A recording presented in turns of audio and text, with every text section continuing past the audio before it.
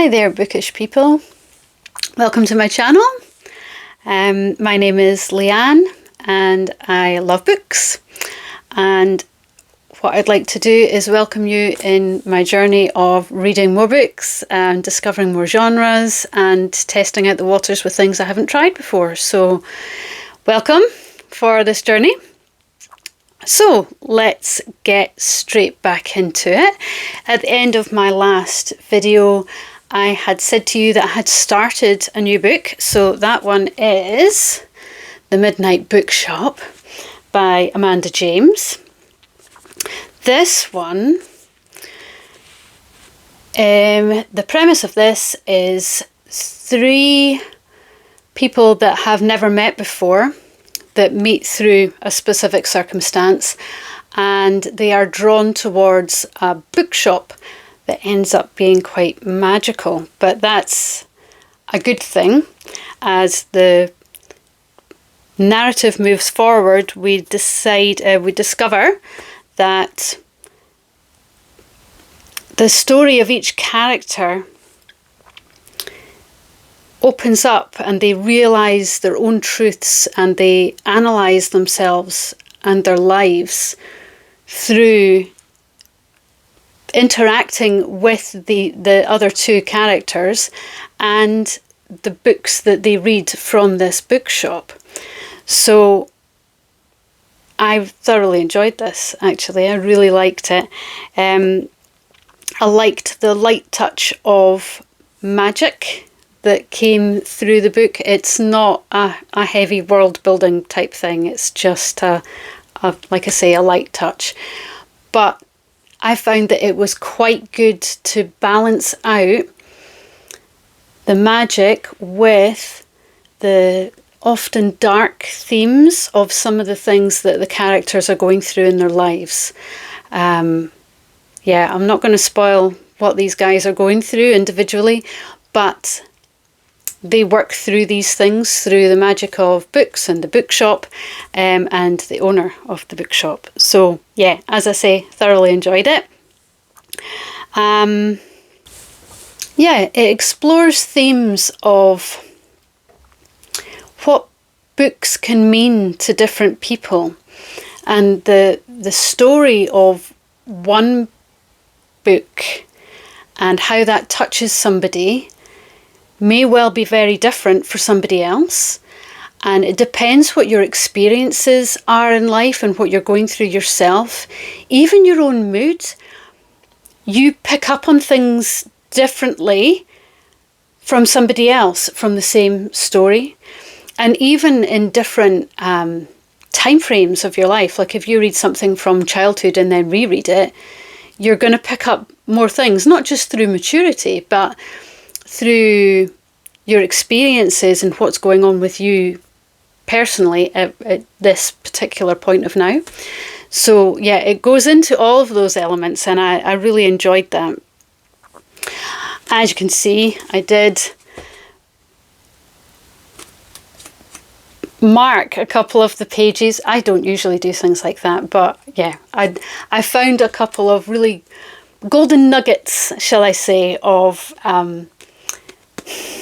little phrases that really touched my heart, that I thought, yeah, absolutely. And I really like that. So I have marked them for future reference. So yep, this is on my good list. Again, I don't really want to rate books. Again, I might change my mind, but at the moment I don't want to rate, but I like this one. Okay, grand. So that was my first book, and recommend it. From there, I wasn't sure where to go, and I thought to myself, right, now's the time when I'm meant to be pushing myself, so let's try for a classic. Now, there'd been a few classics that had been mentioned on other booktubers' channels, and I thought to myself, right, I'm going to take note of some of these and see where we go with that. And I was at a library in another town that I have never been in before. And on the shelf for librarians' picks was one of the classics that had been suggested on one of these booktuber sites. And I thought, well, I maybe meant to read this one because there it is. And that came up just within the last week. So I took that as a sign and I took this classic. So I started to read this one. So the classic that I chose was If on a Winter's Night a Traveller by Italo Calvino. I am not even sure how old this book is. I should really look that up. I'll look it up. Now, I'm afraid to say I DNF'd this book. My first foray properly into classics, and I DNF'd it at page 42. That's not strictly true. I have read classics. I have read Shakespeare and To Kill a Mockingbird and things like that, you know, from school. I'm just talking recently, over the last, you know, couple of decades. Yeah, this one in particular, goodness, I did try.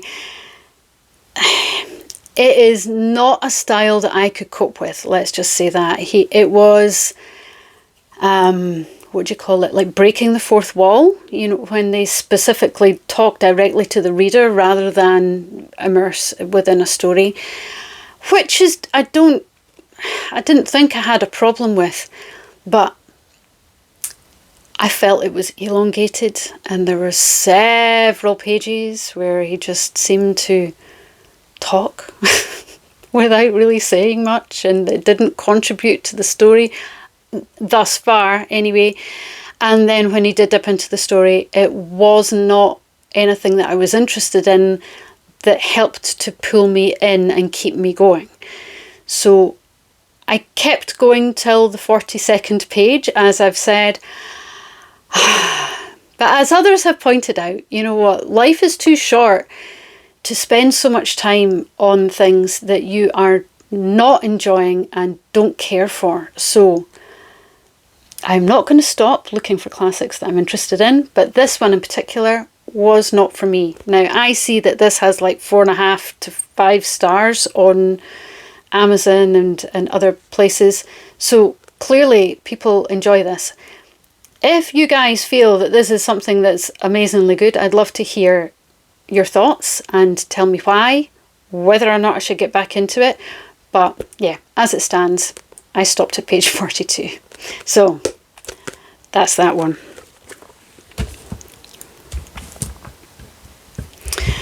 From there,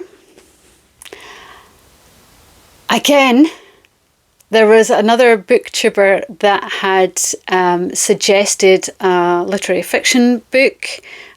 And once again, this is not something that I would have picked up from any library or bookshop. It's not what I would normally go for. But given the review, I thought that sounds like an interesting premise. Yeah, I'll give it a shot. Now, the reason I was going to give it a shot is because it was right beside this on the librarian's picks in the library. And I thought, again, this is something that I'm obviously meant to try. So that is Glorious Exploits by Ferdia, Lennon. This is shiny because I got it out of the library. I did read it. I did get to the end. Woo! Thank God. So I got to the end. This story is about the Athenian invasion of Sicily way back in BC times.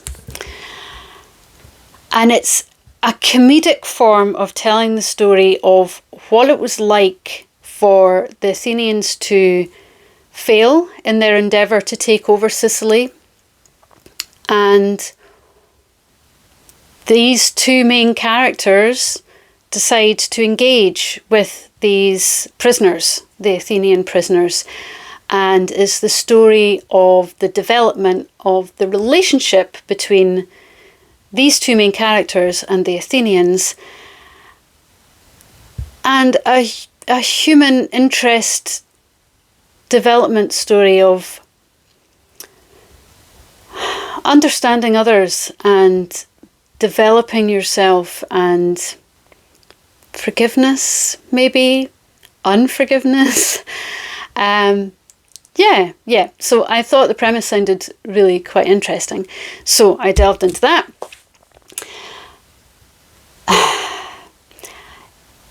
It was okay. I can tell that the author put in so much effort into research of not just the time to make it realistic, but also plays like myths and legends and the plays of the time, Greek plays, which I don't know much about. Can't say that it's my particular point of interest, but I can see how much work he put into it. Because of the fact that it wasn't really a point of interest for me, there were a couple of occasions that I found that it was slow. Now, the point is, it was slow because I didn't engage with this particular type of story, not because of anything that I think the author did wrong. I think he did quite a good job. Obviously, I didn't DNF this one, so it was okay.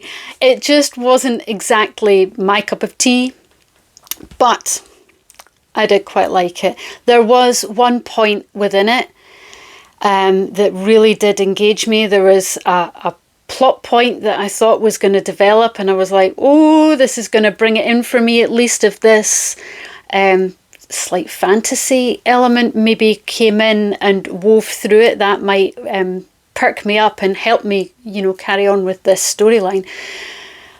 Unfortunately, it didn't go anywhere, which was problematic for me. But that's simply because of the nature of the things that I like. But again, glorious exploits. I managed to get to the end. Middle of the road for me. Not particularly my cup of tea, like I say, but it was okay. It was okay.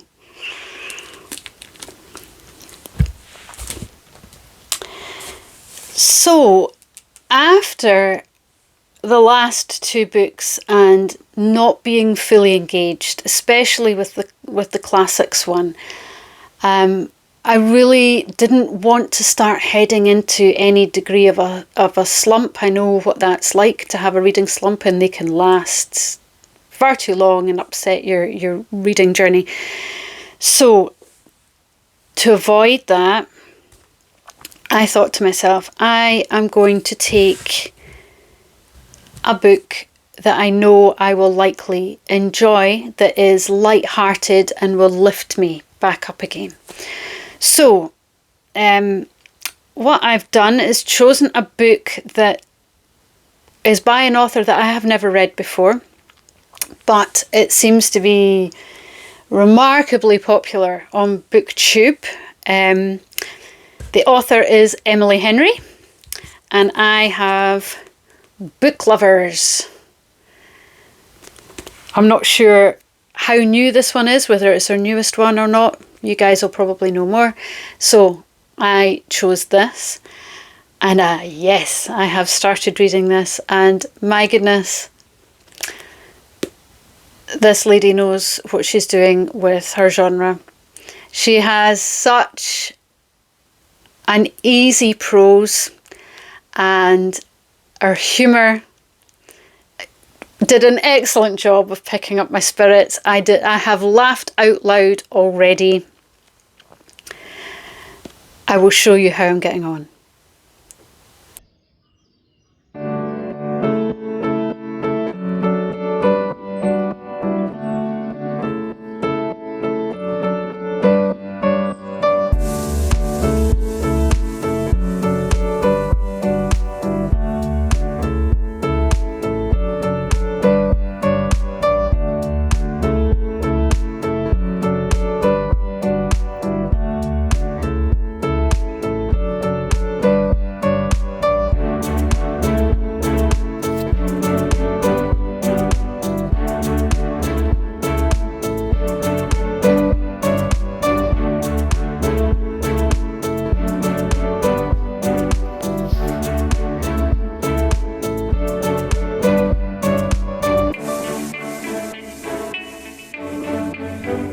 So, yes, I am currently this far along. So we are at page 268.